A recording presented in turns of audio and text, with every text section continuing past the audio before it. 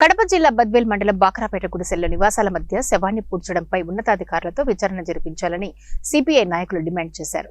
శ్మశానాలు గ్రామాల అభివృద్ధికి సిపిఐ ఎప్పుడూ వ్యతిరేకం కాదు.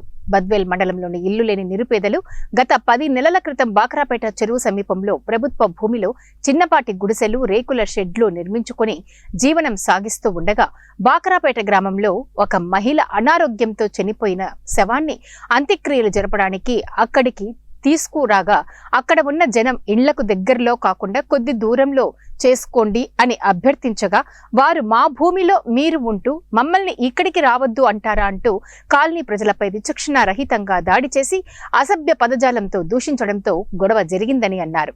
సోమవారం భారత కమ్యూనిస్టు పార్టీ కడప జిల్లా కార్యదర్శి గాలి చంద్ర పరిశీలించారు.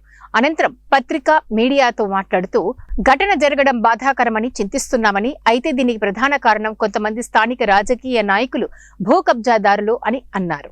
పక్కనే ఉంది, మేము చూసాము, ఇందాక కూడా చూసాము. శ్మశాన వాటిక లేదని మేము ఎప్పుడు చెప్పాలా, ఎక్కడా చెప్పాలా. నిన్నగాక మొన్న అంటే వారం క్రితం జరిగినటువంటి అంత్యక్రియలు పక్కనే జరిగినాయి.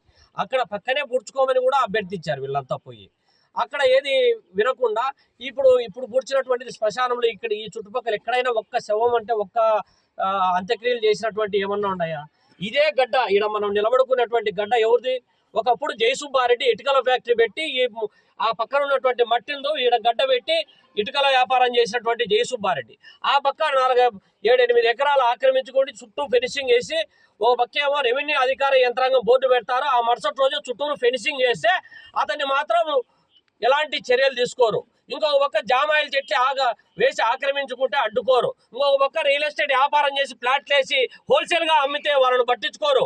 కానీ ఈడ మాత్రం పేదలు, అణగారిన వర్గాలు, దళిత కుటుంబాలు మాత్రం వాళ్ళు గుడిసెలు ఉంటే మాత్రం వీళ్ళకు శ్మశానం గుర్తుకొస్తుంది.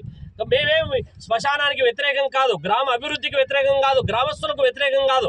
ఎక్కడైనా చాలా చోట్ల శ్మశానాలు అన్యాక్రాంతం అవుతాయని చెప్పి పోరాటం చేసినటువంటి పార్టీ కమ్యూనిస్ట్ పార్టీ సిపిఐ. కానీ జనాలకు మౌలిక సదుపాయాల కోసం పోరాటం చేసే వాళ్ళము. అటువంటి తప్ప ఇటువంటి గ్రామాల మధ్య కక్షలు పెట్టి శవాన్ని అడ్డం పెట్టుకొని భూములు కాజేయాలనేటువంటి దుర్మార్గుల వంత పాడేటువంటి రెవెన్యూ యంత్రాంగం చర్యలను అడుగడుగునా ఖండిస్తామని చెప్పి హెచ్చరిస్తా ఉన్నాం.